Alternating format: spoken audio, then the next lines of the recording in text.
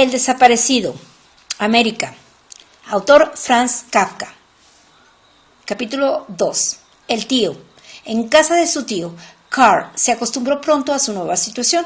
Su tío le ayudó amablemente en cualquier pequeñez y Carl nunca tuvo que dejarse instruir por malas experiencias como las que al principio amargan tanto la vida en el extranjero. La habitación de Carl estaba situada en el 6º piso de un edificio cuyos 5 pisos inferiores, a los que se añadían otros 3 subterráneos, estaban destinados a la empresa del tío. La luz que penetraba en su habitación a través de 2 ventanas y la puerta de un balcón no dejaba de asombrar a Carl cuando se levantaba por la mañana en su pequeña alcoba. ¿Dónde habría tenido que vivir si hubiese desembarcado como un pobre e insignificante emigrante? Sí. Incluso tal vez lo que su tío creía muy probable según sus conocimientos de las leyes de inmigración, ni siquiera le hubiesen permitido entrar en los Estados Unidos y le habrían mandado a casa sin preocuparse de que él ya no tenía ninguna patria, pues allí no se podía contar con despertar compasión, y en ese sentido era cierto lo que Carl había leído sobre América. Entre los rostros despreocupados de su entorno, solo las personas felices parecían disfrutar realmente de su felicidad. Un estrecho balcón se prolongaba ante su habitación, abarcándola en toda su longitud. Pero lo que en la ciudad natal de Carl habría sido el mirador más elevado, allí solo permitía contemplar el panorama de una calle rectilínea que corría entre 2 hileras de edificios cortados a plomo, perdiéndose en una lejanía donde se elevaban gigantescas como en una bruma las formas de una catedral.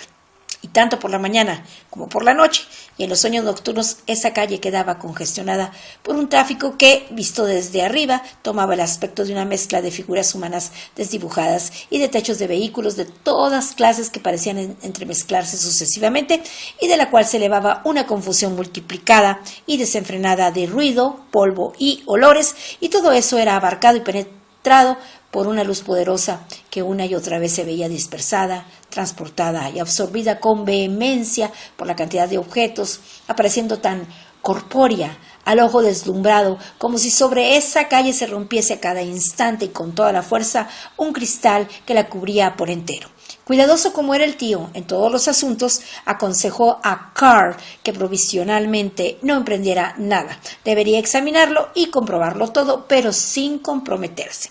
Los primeros días de un europeo en América se podían comparar a un nacimiento, puesto que allí también, para que Carl no tuviese ningún miedo, uno se acostumbraba con mayor rapidez que si llegase al mundo humano desde el más allá. Sin embargo, debía tener presente que la primera impresión siempre se sustenta en piernas débiles y que por esa causa se podrían distorsionar los juicios futuros con cuya ayuda debería conducir en ese país su vida. Él mismo había conocido a recién llegados que, por ejemplo, en vez de comportarse conforme a esos buenos principios, habían permanecido días enteros en su balcón y habían mirado hacia la calle como ovejas perdidas. Eso tenía que confundir irremediablemente. Esa solitaria inactividad en que se solazaba en el día intensamente laborable de Nueva York podía estar permitida a un turista y quizá, aunque no sin reservas, pudiese resultar en ese caso hasta aconsejable, pero para alguien que viviera allí sería la perdición. Se podía emplear tranquilamente esa palabra, por más que se tratase de una exageración, y ciertamente el tío arrugaba enojado el rostro cuando, en una de sus visitas, que siempre se producían una vez al día y a cualquier hora, encontraba a Carl en el balcón. Carl se dio cuenta enseguida y por consiguiente renunció en lo posible al placer de permanecer en el balcón, pero ese no era ni mucho menos el único placer que tenía. En su habitación había un escritorio americano de lo mejor, como el que su padre había deseado tener desde hacía años y había intentado comprar a un precio accesible para él en las subastas, sin que jamás le fuese posible adquirirlo por sus medios limitados. Naturalmente, esa mesa no se podía comparar con esos escritorios supuestamente americanos que circulaban por las subastas europeas. En su parte superior, por ejemplo, tenía 100 gavetas de los más variados tamaños, E incluso el presidente de la Unión había encontrado un lugar apropiado para cada uno de sus expedientes. Pero, además, en el lateral había un mecanismo regulador con el que se podía lograr, girando una manivela, las inversiones y nuevas disposiciones de las gavetas que se deseasen según las necesidades o los gustos de cada uno. Unos delgados paneles laterales descendían lentamente y formaban el fondo de nuevas gavetas que acababan de aparecer o las cubiertas de otras ascendentes. Con un simple giro de la manivela, la parte superior ofrecía un aspecto completamente distinto y todo funcionaba lentamente o con una rapidez demencial, según la manera en que se girara la manivela. Era un invento reciente, pero a Carl le recordaba muy vivamente los autos de la Natividad que en su ciudad, en el mercadillo de Navidad, se mostraban ante los atónitos niños. También Carl los había presenciado, bien abrigado con su ropa de invierno, y había comparado ininterrumpidamente los giros de la manivela que ejecutaba un anciano con los efectos en la escena, con el avance intermitente de los 3 Reyes Magos, con el relucir de la estrella y con la vida cohibida en el establo sagrado.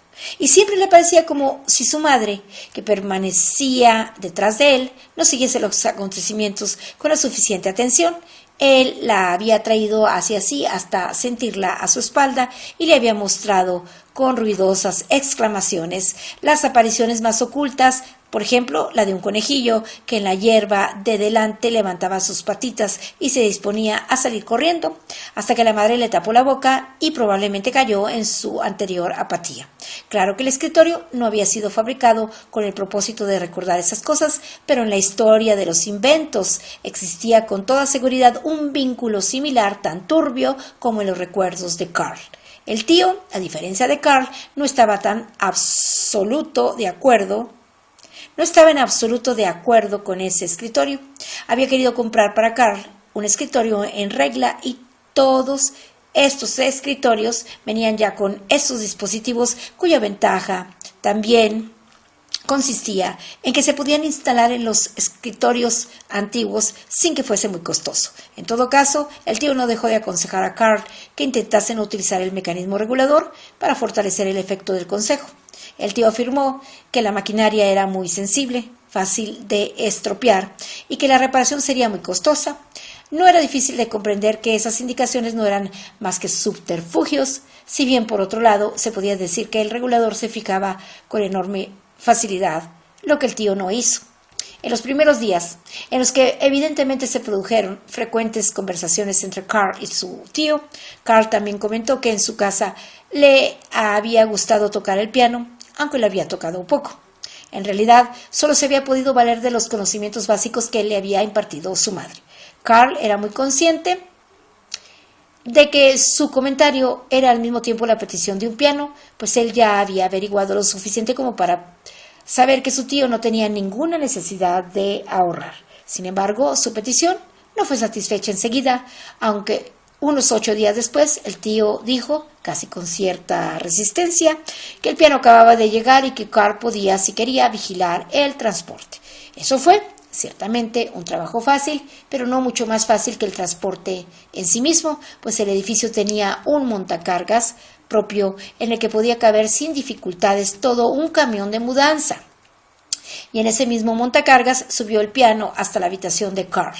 El mismo Carl podría haber subido en el montacargas con los mozos y el piano, pero como al lado había un ascensor libre, subió en él. Se mantuvo gracias a una palanca a la misma altura que el montacargas y contempló fijamente cómo a través de un escaparate el bello instrumento que ahora era de su propiedad. Cuando ya lo tuvo en su habitación y tocó las primeras notas, le poseyó una alegría tan inmensa que en vez de seguir tocando se levantó de un salto y prefirió admirar el piano desde la distancia con las manos en jarras. También la acústica de la habitación era excelente y contribuyó a que desapareciera por completo su pequeño e inicial malestar por vivir en un edificio de hierro.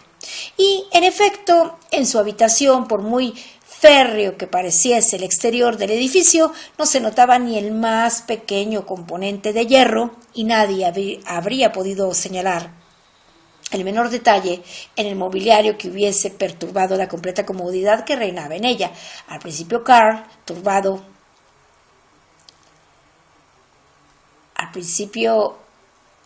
Carl puso muchas esperanzas en el piano y no se avergonzaba de imaginar, al menos antes de dormir, la posibilidad de una influencia directa en las condiciones americanas a través de esa ocupación.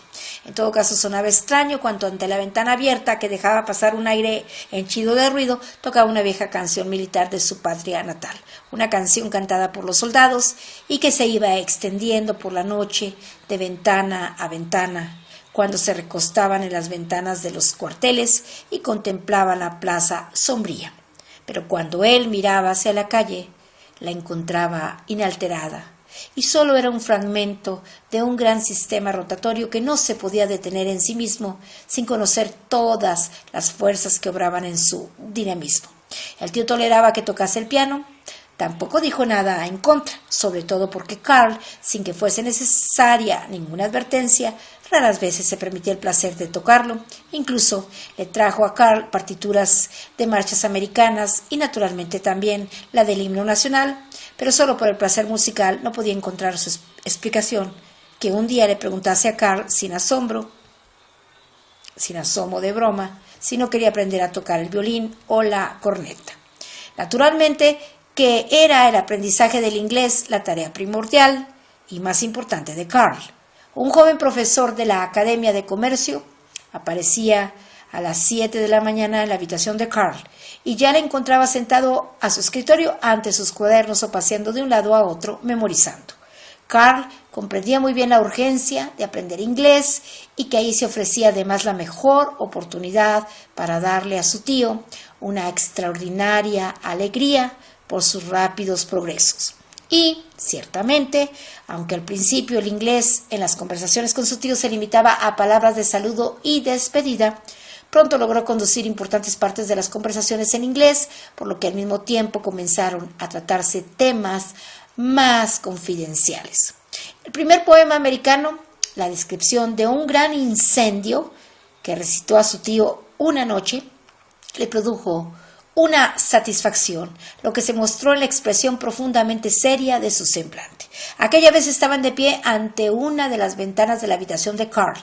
El tío miraba hacia afuera, donde la claridad del cielo acababa de desaparecer, y acompañó los versos lenta y rítmicamente con la mano, mientras Carl, erguido, permanecía a su lado y arrancaba de su pecho el difícil poema. Conforme iba mejorando el inglés de Carl, aumentaba también el deseo que mostraba el tío por presentarlo a sus amistades y dispuso que en cada uno de esos casos el profesor de inglés siempre se encontrase, al menos provisionalmente, cerca de Carl. El primer conocido a quien se le presentó una sobremesa fue un joven delgado e increíblemente flexible, a quien el tío condujo a la habitación de Carl con muchos cumplidos.